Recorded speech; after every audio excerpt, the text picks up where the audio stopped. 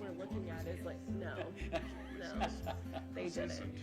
I mean, I would say if you're going for an ask for multiple things, then you probably want to look at about 1/3 of your budget. That's probably going to be the max. Much more heavy traffic area. Yeah, sometimes they wonder what it costs. I can hear. Our annual budget's $3 million a That's year, missing. right? So I'll give you, And next year, Who sits over there? What, Caitlin? yes, but all right. Yeah. you Okay, know, also for guys, every, all the phones are off, eh? yep. Great.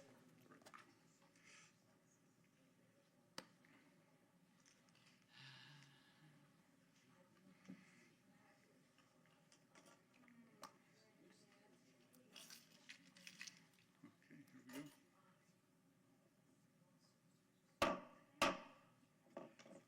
I'd like to call to order this meeting of the Clearwater Downtown Development Board. Welcome to our January the 8th, 2020 meeting, first meeting of the year. We'll begin by having our board members and ex officio members introduce themselves, beginning on my left. Ray Casano, Shahab Imrani. Keenan Kinsel. Paris Morphopoulos. Venkat Devnani. Very good. We have a quorum, so we'll proceed. The first item on the agenda is I'm looking for a motion to approve the minutes of the December 11th, 2019 DDB meeting. Second. Okay. Is there any discussion? All in favor? Aye. Aye. Opposed? No. Okay. Next is item number 3, citizens to be heard for items not on the agenda. Are there any citizens that would like to address the board? Very good. Please come up and state your name and keep your comments to 3 minutes. Thank you. Beth Daniels, and I'm the president of the Clearwater Arts Alliance, and I just wanted to come and introduce myself. I know there's several new members of your board. Wanted to make you aware, I've left a couple goodies on your table, that the Clearwater Arts Alliance is very much about making our downtown more vibrant through art and cultural events.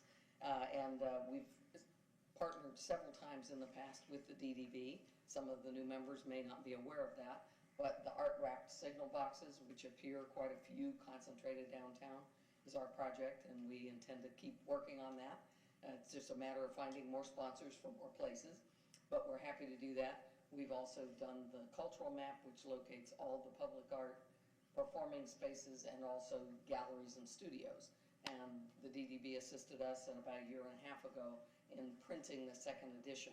We've now distributed 16,000 of the 20,000 run that was printed. And of course, the highest concentration of these items are downtown.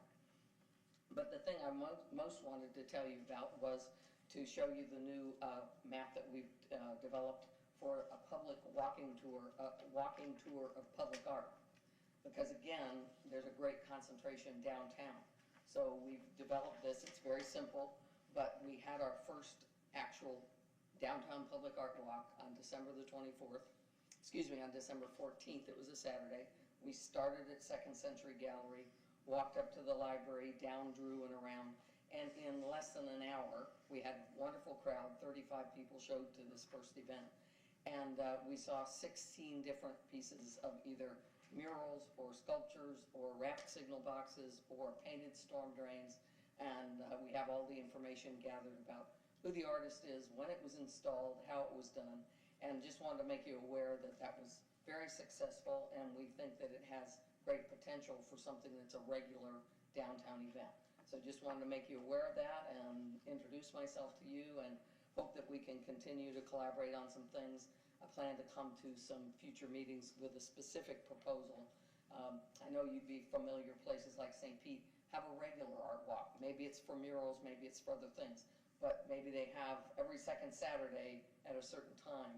You know, it really encourages a lot of activity, very friendly to the outdoors, and it's highlighting the city's very fine, public art program. There are some pieces that aren't all public, aren't all from the city's creation, but there's a concentration downtown, and we feel it should be celebrated and used as a way to draw people. We had people from 80 years old to parents with 6 and 4 and 4-year-olds. So it was a lovely day, and just wanted to make you aware that we'll be back to you with a more specific proposal. Great. Thank you. Thank you. Thank you, Beth, for coming and for all your work in the past as well. And we look forward to seeing you again Thank you. with a proposal. Let's move on. Are there any other citizens to be heard? Okay. We'll go on to new business items. We would like to take this time to thank past board members that have served on the board. And I believe there's one present here today. Lena, if you would come up to the podium, we would like to say something to you. We have prepared a letter of appreciation to our board members that are just ending their service with us. And this is an example of the letter that we were presenting to you, Lena. On behalf of the Clearwater Downtown Development Board, we would like to express our sincere appreciation for your dedicated service as a DDB board member since 2017. Your willingness to serve the citizens of downtown Clearwater has earned our deepest respect and admiration. Your guidance and fellowship will be missed.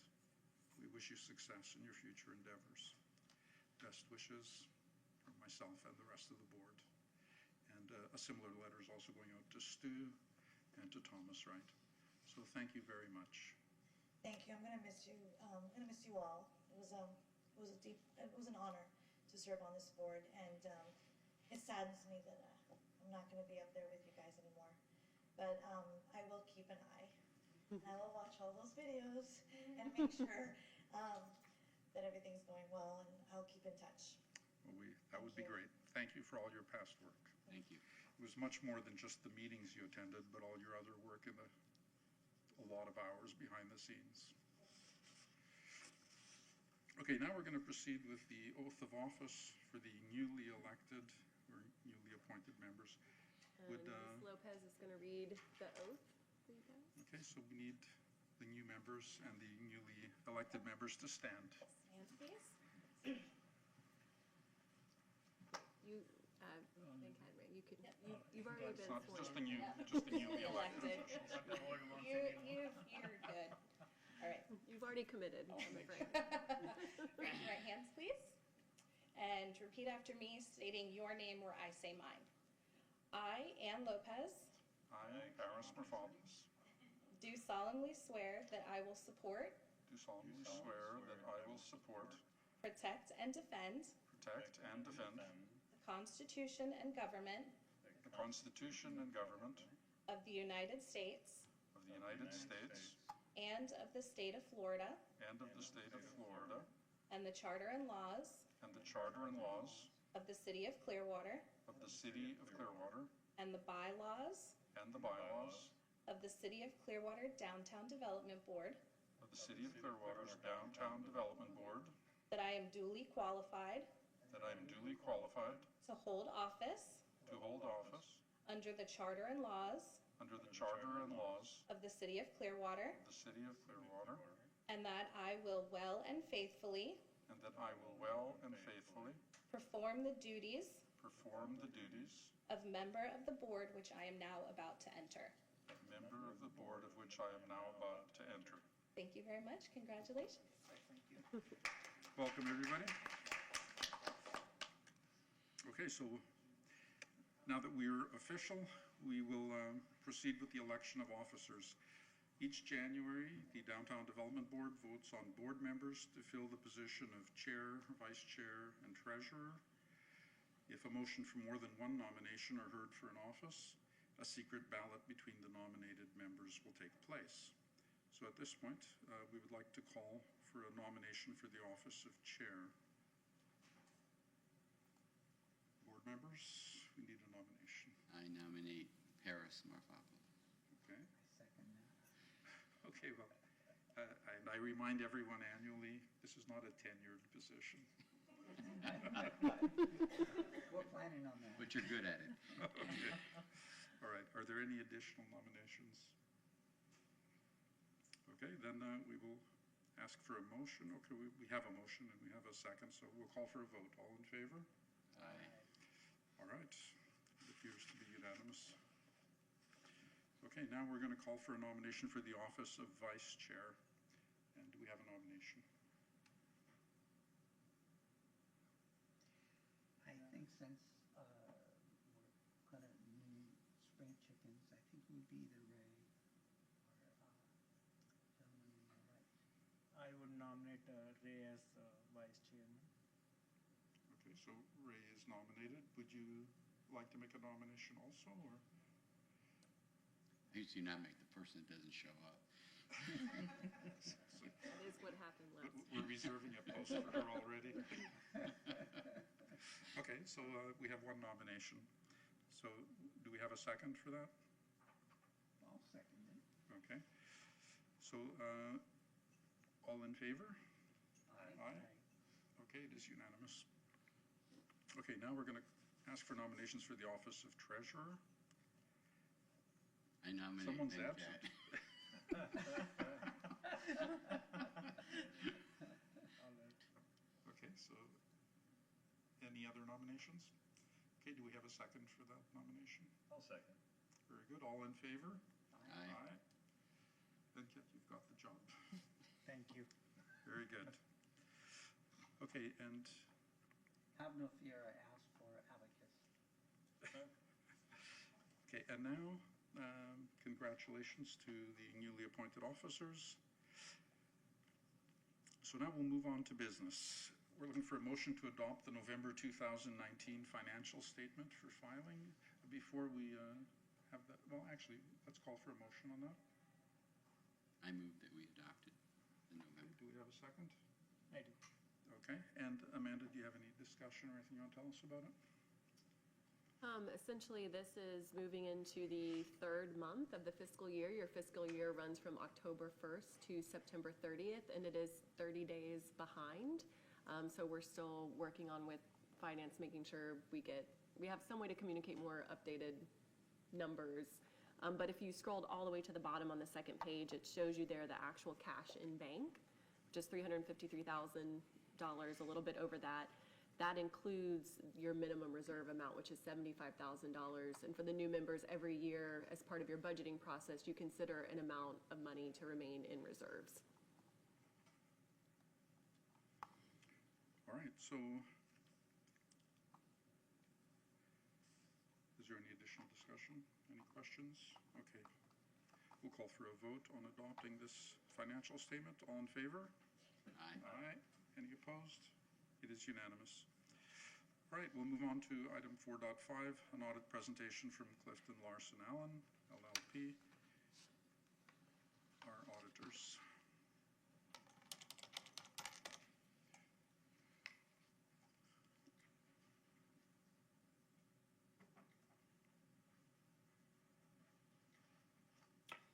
Good evening, Board. Welcome. Evening. Thank you for the opportunity to present to you all this evening. My name is Andrew Laughlin. I'm a principal of Clifton Larson Allen, or CLA. We completed the audit of the financial statements for the fiscal year ended September 30, 2019. Here to give you all just a brief presentation and an overview of some of the results of our procedures. So with that, let us begin. So just as far as the agenda is concerned, especially since we have a couple new members, I'll give you just kind of the quick Cliff Notes version of really what is an audit, what did we look at, what did we audit in terms of numbers, processes, what are the reports that we actually rendered. So I'll give you a quick overview on that. And then really kind of get into some of the nitty-gritty of the financial statements themselves, look at some prior year to current year to prior year comparison of the balance sheet and income statement information, let you know of any changes that transpired from the previous fiscal year to the fiscal year under audit. And then address any questions you have, and that'll do it. I know you probably don't want to hear too much from an auditor, so I'll keep it nice and brief.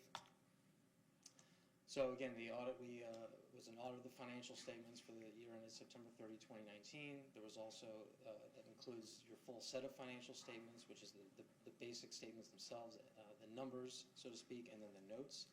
And there's also the information that precedes that is the management's discussion analysis. That gives you just kind of some general highlights and of financial information, some changes from prior to current year, and some other information. We performed some limited procedures on those, and that's all detailed within our audit opinion. Speaking of audit opinion, those are one of the reports that we rendered. So we rendered an independent auditor's report that's on the actual financial statements themselves, that we had an unmodified opinion, which means no major issues or discrepancies with what we, with what's presented to you all, so it was correctly and accurately stated in accordance with generally accepted accounting principles. So no issues on the audit report. Then we also rendered an internal control report, all of it within the same document. So the audit report is in the front, and then we had the 3 other reports in the back. The internal control report, we are required to assess the design and implementation of key internal controls. And if there's any weaknesses in those controls that may rise to the level of what's considered a significant deficiency or material weakness, then we're required in that report to disclose that to you all. We didn't have anything to disclose in the internal control report. Then we also issue a management letter. This is required by the state, by the Florida Auditor General. And one of those things are, well, if you didn't find any of those real big glaring control weaknesses, maybe you found some smaller things, some maybe process improvement opportunities. Those are some of the things that we might present in the management letter. And we didn't have anything to present in the management letter, so nothing of real consequence to disclose to you all with that. Then the last report is an examination report. That's on your compliance with an investment policy. By nature, the DDB doesn't have its own investment portfolio and cash accounts. It's rolled up as a fund under City of Clearwater. So by default, you comply with policy because you're in compliance with what Clearwater's policy. And then the last thing is the governance communication letter. This is a separate letter that we issue, and that includes some of these items that require communications to governance. If we had any major disagreements with management, any uncorrected misstatements that you encountered in the audit that maybe weren't material, but we wanted to disclose to you all. So we had, again, nothing, those were all no in that checklist, so nothing to report of any concern in that governance communication letter. Internal control assessment, so as far as what is an audit, yes, we audit the numbers. That is in your statement of your balance sheet and income statement, we'll call it. We audit those numbers, but in addition to that, we also look at the controls, like I said. So some of our internal control assessments revolve around your significant transaction processes. So, for example, receipts and revenues. Not a whole lot there because you don't really take much in the way of cash from customers. It's really all property tax revenues. Really, the meat of the matter is in your disbursements and accounts payable. We typically break those up between payroll transactions and non-payroll transactions and look at those separately. Well, you don't have anyone on payroll, so we can toss that aside as well. So really, a lot of our focus around the internal controls is on those accounts payable and disbursements. So we look for proper authorization, pre-authorization for those disbursements to pay vendors, and look for that authorization of approval of disbursement form that accompanies the transactions that we look at to make sure that the proper internal controls are in place. And again, didn't have any deficiencies to report there from the internal control work that we did. Then some audit approach highlights. Again, really the meat on the bone here is with what you all disperse as an agency. You know, your revenue source is pretty singular with the intergovernmental revenue, specifically the tax revenue that you all get. So it's how are those funds dispersed? Is there anything that's dispersed that's not authorized, didn't meet prior approval, not recorded in the proper period? Those are the things we look at. So we took a sample of transactions. For this past fiscal year, I believe we looked at 13 transactions that amounted to about $120,000, and you only had about $158,000 of total expenditures, so we covered about 75% of the population. So we got most of the transactions in our sampling process, and again, found no issues. Those are the things we looked at. What was the nature of the disbursement? Was it really allowable in line with your mission and objectives? Did it have the proper pre-approval forms?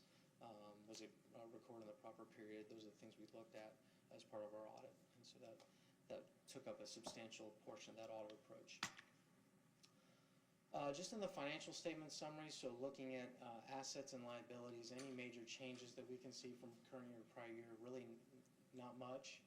In fact, we have the loan receivable that really hasn't moved at all at $48,000 in the current year and the prior year. So if you recall what that loan is, I don't recall the year it dated back to, maybe 2003, but that was through an interlocal agreement between the CRA and the DDB.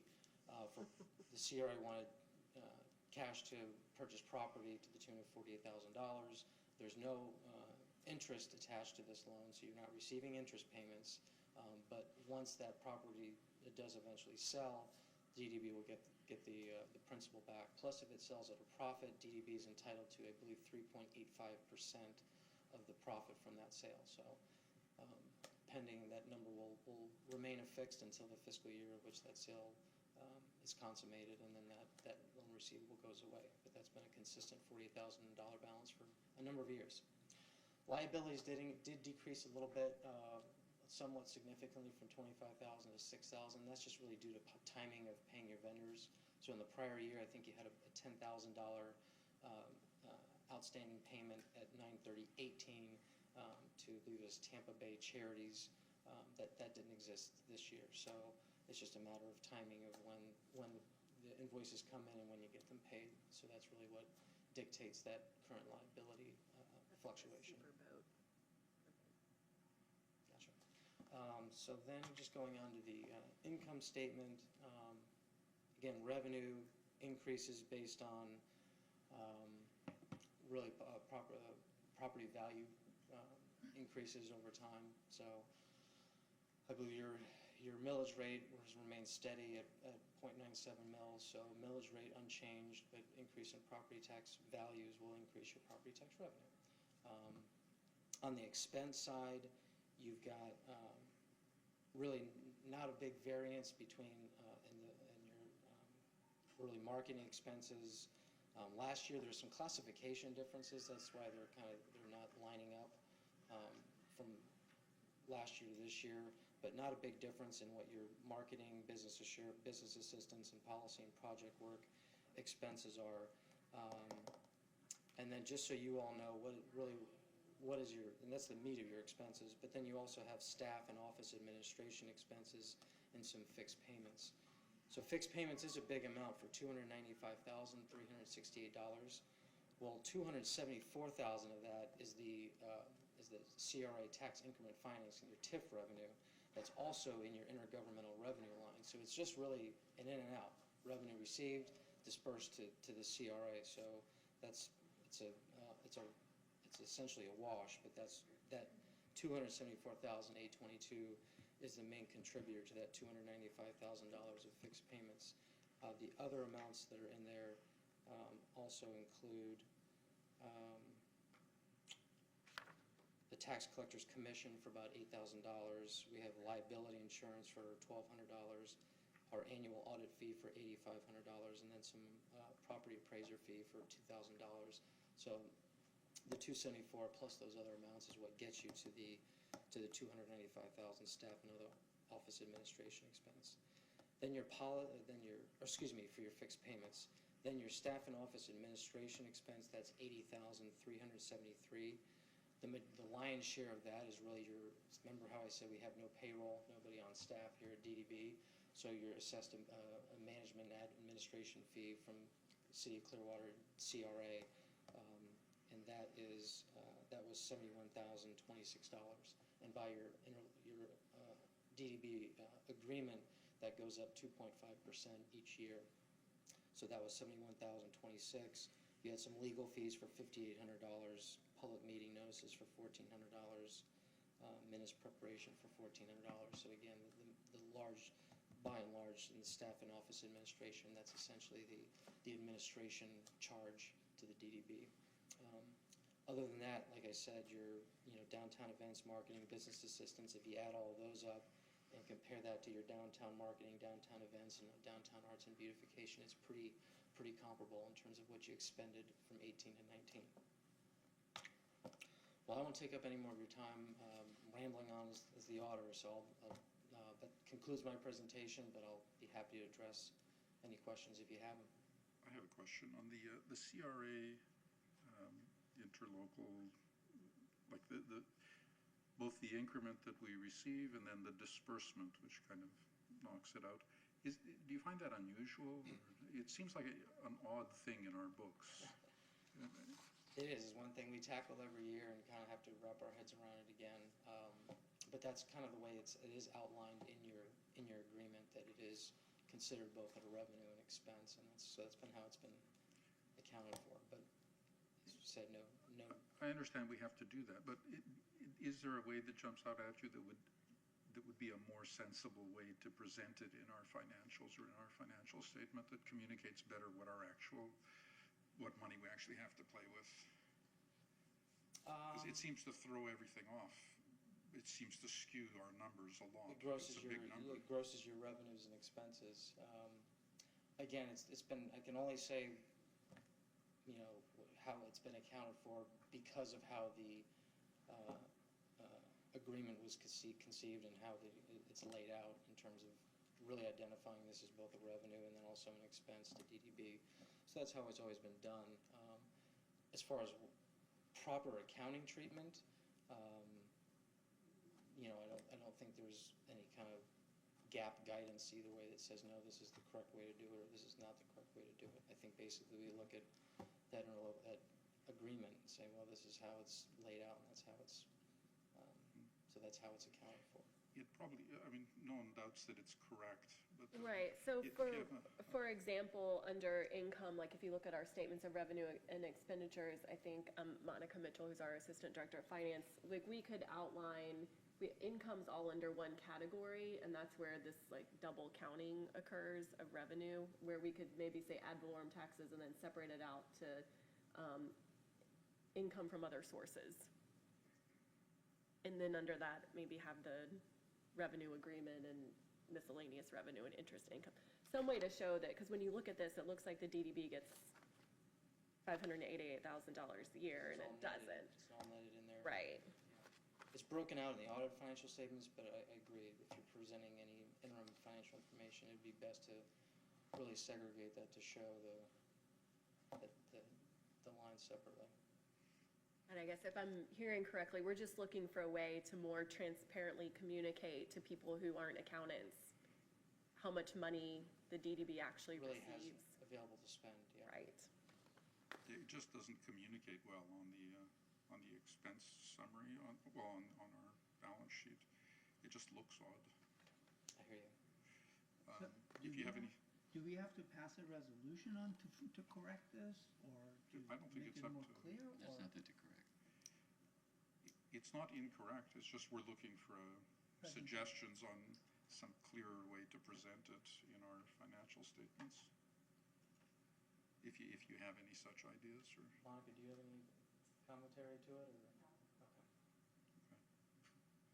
If one occurs to you. Yeah, again, it's just been historical precedent, and, to us, that's how the information's presented to us. We audit it, we see in the agreement, this is how it's, the flow of transaction is supposed to be, and, from the strict GAAP, or generally accepted accounting principles, debit and credit, it passes muster to us, but again, it's a presentation concern. Obviously, you're not getting that money, and you're not physically expending it, it's just an in and out, so.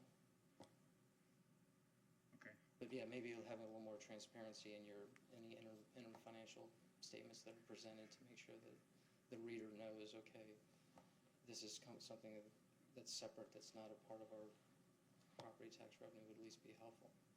Well, we'll give it another shot ourselves. I was just hoping that you had observed it as something that might have that you've seen somewhere else treated differently, Well, and you and might have certainly for suggestions. next year, you all could maybe, at management discuss, maybe, I don't know if it requires a redrafting of the agreement, or if it's just a matter of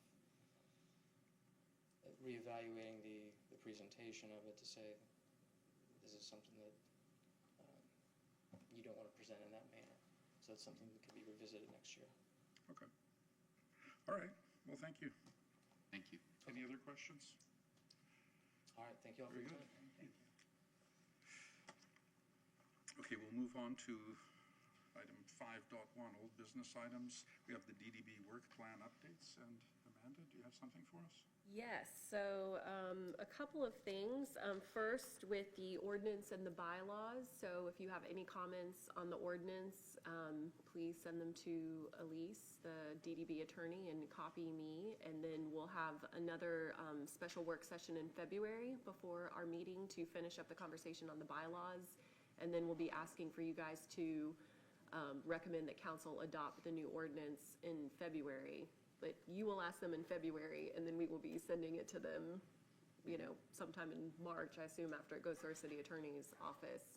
Now, were we expecting to see another draft to review between now and the end of February? Wasn't there something that was going to be? So for the changes that were made at the work session? Yes. Okay, yes, let me follow up on that. If we have that updated document, we can work from the most current document.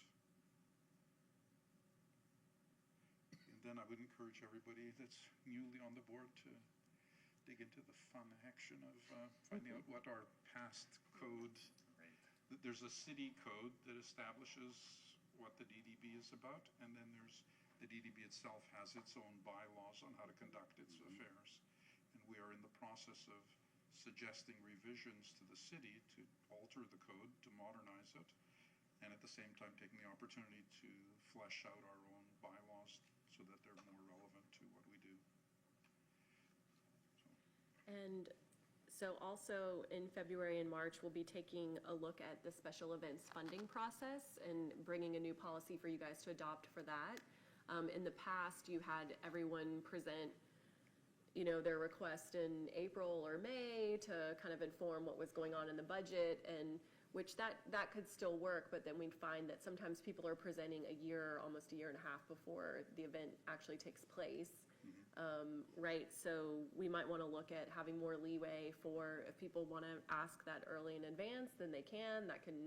You can make that financial commitment. We can record that, but if you want to give an opportunity for people to ask for funding on more of a rolling basis, then we want to allow that as well. And we've been working with the special events department, right, to make sure that they have things like locations and dates confirmed or a good idea of what's available before they come here. That should be put in place first. So they're not coming here to ask and like, well, we're not sure when it will happen, we're not sure where it'll happen, right? All those kind of details worked out first. So Excellent. just know that's coming. And then would like your feedback on this, but we had a work plan that was adopted. We did a session at Collaborative Labs at St. Petersburg College, right, SPC, the Epicenter. The work plan for the DDB, and we'd like to do another one. I think it makes sense for us to look at a 2-year plan because one, it takes almost more than a year to do anything of significance, and two, we know that we're going to have enough board members, right, for a 2-year period to work on certain items. So just think about that if you'd like to go through that kind of collaborative, interactive process in a whiteboard type space. Again, or if you want to do something, you know, in this kind of venue, but creating that kind of work plan then helps us inform the budget process, right, for the next 2 years. And are there things that are going to cost more money, right, that we need to make sure we have those funds set aside, right, kind of what you want to save and allocate certain amount of funds for a longer term project versus what do you want to leave more flexible funding for. And I can't emphasize enough how much freedom you have, right, to focus on different kinds of projects, right, within the marketing, the business assistance, and the policy and project framework. There's a wide variety of projects, programs, activities, things that you can undertake. So, you know, really take time to think broadly. And even if you want to go through a process of having meetings with your constituents and asking what would be most impactful for them, we can plan time for that kind of process as well. Whether it's your ideas, you want to listen, solicit other ideas, you want to spend it all on one thing, right? It is your choice. We are here to help and guide. Very good. And then I gave a presentation when I first started about creative placemaking to the previous board. So are you guys familiar with that term, creative placemaking? So I'll do a refresher again with the added addition, you know, and the CRA staff will help out of what we've learned over the past 2 years for what generates foot traffic, right? What are the things that get people down and out on the street and coming to visit downtown? What are the kinds of places that people who want to live downtown, what do they look like? What are the characteristics of those places? How is art integrated into all of this? And And creative placemaking is using arts and entertainment to create or keep a sense of place, to give a city an identity.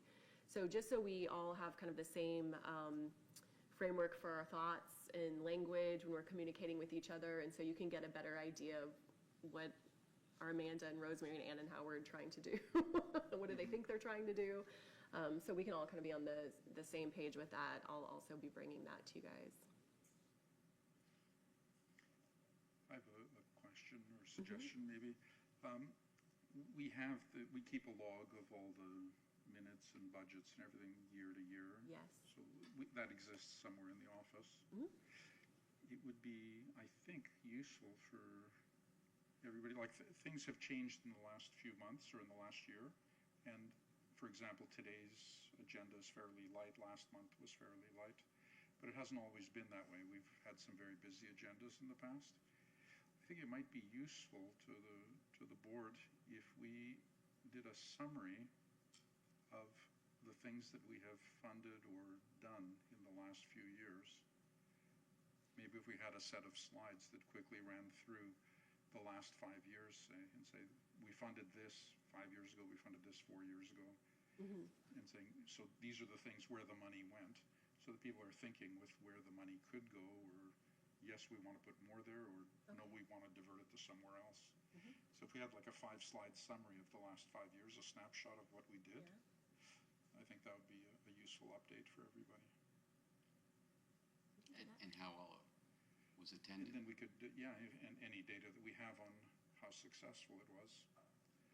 But it would serve as a point of discussion on whether we liked it, whether we want to do it again, or whether we thought it was a waste of money, or just, how successful was it?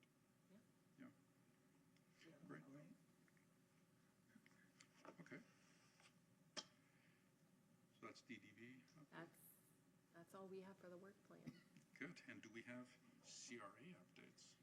And so for CRA, a couple of items. Our cultural affairs coordinator, Chris Hubbard, and Howard are both working on the lighting project that Eleanor and Janelle and Lena had brought earlier. So they've been meeting internally with city staff and with different vendors. So we should have something to report back on February in terms of different ideas and what those could cost. So that's moving forward. And we're still on track for the augmented reality project over the Comunidad mural to be launching in May, which Rosemary DeMoore is leading that up. I've met with a parking management company that manages all the parking for public and private entities in the Water Street district, and have been getting some ideas and feedback around how do you manage parking on a district-wide basis, and who provides those kind of services, and how do they generate revenue, which it is possible. It is possible to generate revenue from parking, but you have to be extremely well coordinated, right? Not just the public entities, but every single property owner and parking space within a certain area. And so that's one of those things that as we're, continuing to think about the redevelopment of the waterfront, and as downtown becomes busier, right, how we want to be proactive, right, and how parking is managed. And the city parking department might not be that entity, right, that can do it most effectively. It might be, it might not be. So just want you to know that we're doing that research, and you'll be hearing more about that. There will be a work session with City Council the last week of this month. I don't remember if it's Monday or Tuesday, but I'll send you guys the details on the financing for Imagine Clearwater and what we are thinking within different scenarios of what it'll cost to operate a concert venue. So that's going to be a big, meaty, detailed conversation, so drink your coffee. It's going to take a lot of attention, but very important. And then lastly, because I am an optimist, I think we'll be under construction in both ends of the CRA this year. You'll have the waterfront, obviously will start, and then Streetscape Phase 3, which will go from Missouri all the way down Cleveland to Gulf to Bay. And that's going to be a large construction project and impact every single business right on Cleveland Street in that area. So we want to be proactive right now. We're going to be spending the first several months of this year.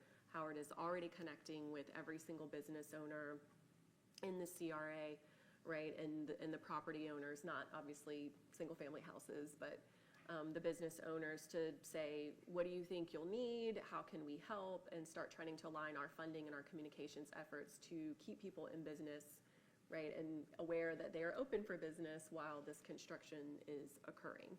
And while I don't believe that the construction on the waterfront is going to impact Cleveland Street, right, directly, obviously if people see something's happening, they might say, oh, we don't know, what's going on and where do we park and how will we get around? So we need to be very proactive and start, planning for that now.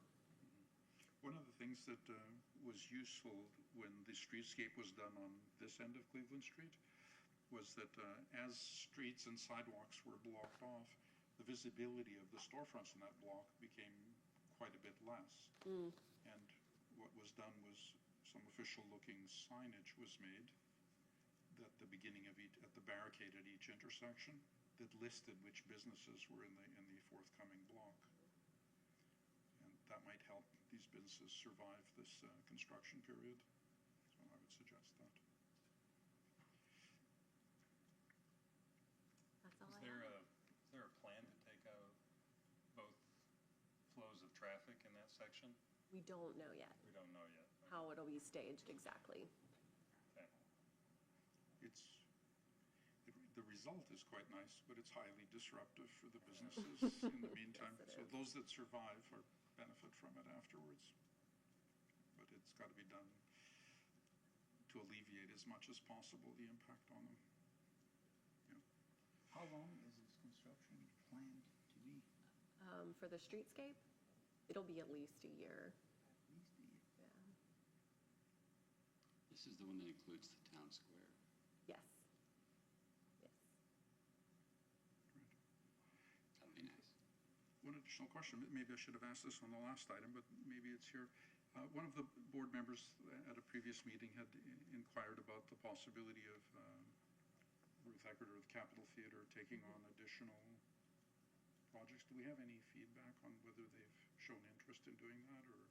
So I actually met with Ruth Eckert's, with the CEO and their staff, including Brianna, who used to manage Capitol Theater, and now she's moved to the mothership, so to speak, which we were sad about, 2 weeks ago. And their interest is in, first of all, let me say, they want to partner with the city and be a good partner to downtown, and they're totally committed to that. I think that they are looking for different kinds of smaller scale events. More like before the movie we were going to show in Station Square Park, before the Grinch, and it got rained out, they were going to do a sing-along of the Grinch before the movie started, right? So they were blasting out emails. They were going to have a musician there and piano and people in the sheet music so that everyone could do a sing-along before the movie. So I think that right now they're trying to look for, instead of doing one big thing, many kinds of smaller things, right, that are more of surprise, a little more pop-up, right, and can connect with the community on a more kind of one-to-one smaller scale level. So I know they're interested in those kinds of activities. And I think that, they're open to having a conversation, right, about another larger type event, but I don't think they had one in mind off the top of their head. I'm not necessarily certain that the board overall was insistent on another big event. But I was just wondering if they had taken the ball and were going to come back with us at some point with a proposal of some kind, or is it up to us to do something to ask them? Like, are they working on something to come back to us or to suggest to us, or should we?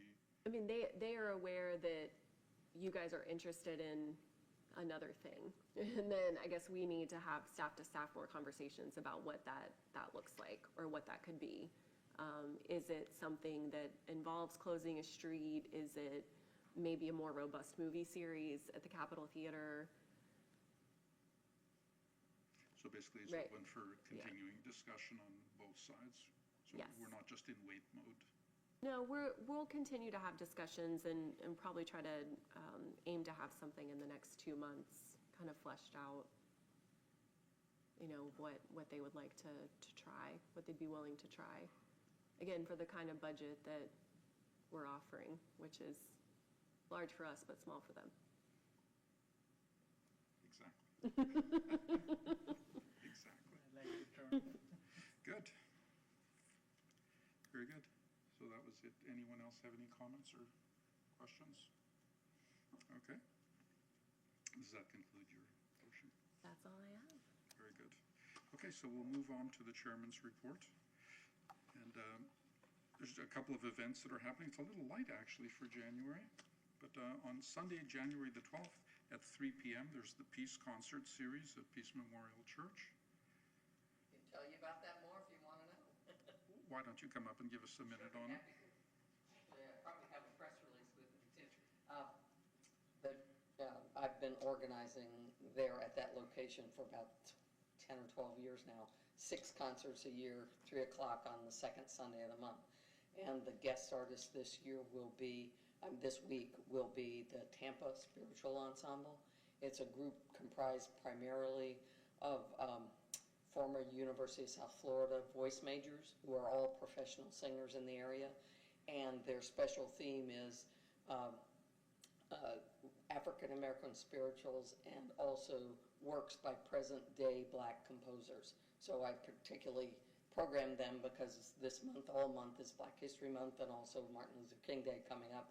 So their whole program is music that speaks to this genre. And they're wonderful young singers, and there's about a dozen, I think. So that's Sunday the 12th. This Sunday. It's the 3 second p.m. Sunday of the month from October to March, and there's a whole variety of things. Last month was a Christmas-themed program, and November was a jazz-themed program. So there's all different, it's not, we're using the church as a performance space. It's not sacred music.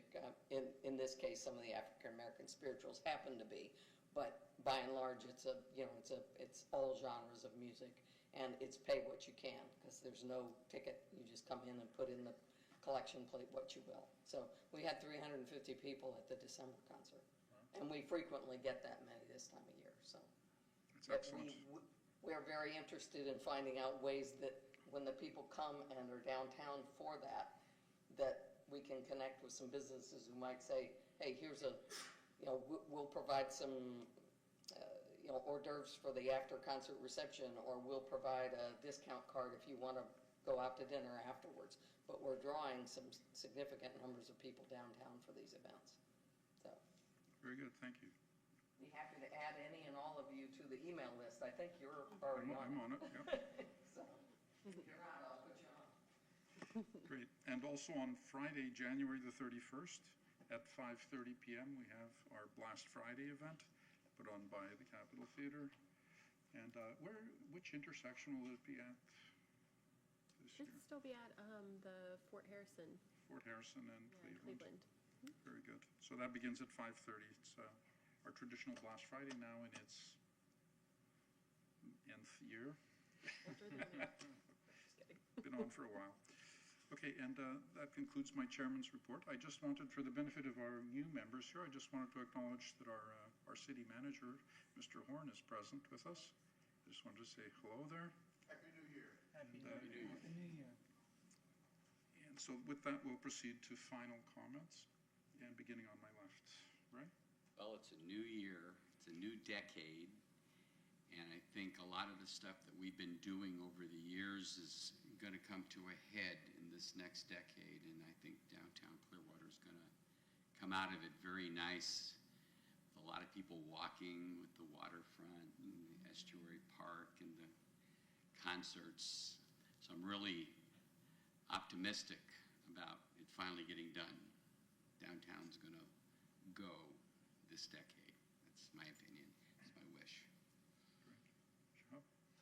Well, I'm excited to be part of this group to find out how actually I can contribute to downtown, bring some different perspective, hopefully. I do have some of my questions that I'm not sure if be covered through here or not, is to find out, see, we're sandwiched between two downtowns that actually are doing well. One is St. Pete, the other is Dunedin. The question is, have we done any kind of a look or study as far as what are they doing, in particular, in a way of inviting businesses to do well?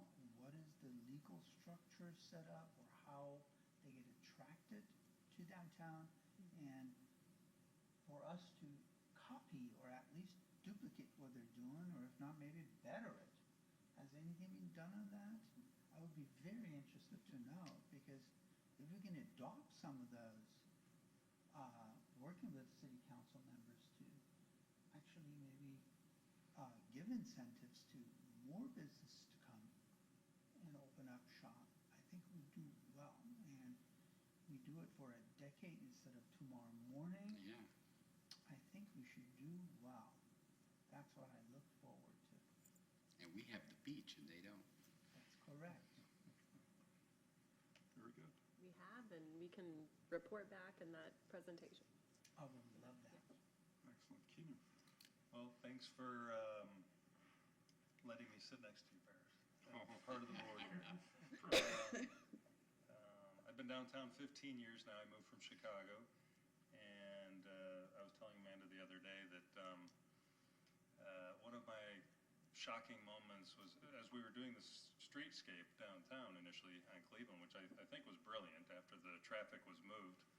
I think Bill Horn was part of that. Moving the traffic to the beach to Gulf to Bay was a very smart move for downtown long term. And of course that hurt the traffic right down in the corridor, but it was great for the beach and for the city to open things up, so to speak. And I arrived about at that time.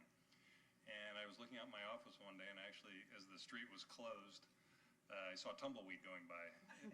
I thought I was in a Western movie, and I was like, oh no, what am I doing here? So for me, the downtown is like Manhattan Island now, in comparison. Like, it's so busy, and things are happening, and we've got filled towers, and people need more towers, and there's more residences are needed. So I'm excited about, I mean, the last 15 years have been great, but I see the next 10 years phenomenal growth downtown. That's what I see. So I'm excited to be part of it. Very good. And yet, Wish you a new year 2020 to everybody. New members have joined the board. As a traveling IT consultant, I've seen many cities in United States, and Clearwater has some of the best city administrators, CRA managers, and very motivated council members. As a DDB, we can only advise the city council, and the city council then has to pass the ordinance if they like the advice. So it takes some time for all these ordinances to be drafted, and then for the city council to pass them at the first meeting, or maybe they request more information. So it all takes some time to be done. It's not like a private board or a private business wherein a decision can be taken and be passed in by next day or the next week. So all I tell the new board members that we need to be patient, and we are working with the finest minds who can get us the information, who can draft it into a legal verbiage if required. So some patience, and this downtown will reach to more greater heights. Thanks. Good. And my final remarks are, again, to welcome the new board. We have an exciting year ahead of us, and I'm very much looking forward to some activity a little west of our location. And I want to see the ground torn up and things being put there and things changing. So it's going to be an exciting year, and I'm very optimistic about the future of downtown. So with that, at 6:22 in the evening, we'll declare this meeting adjourned. Thank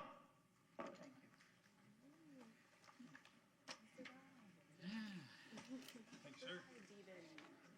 And Treasurer. okay, so what's my new reports? Or my new task? Thank you. So every meeting, I will bring a gray binder that you see here, the gray binder I get for Paris. Happy New Year. The chairman and the treasurer. The chairman and the treasurer sign off on everything. So that's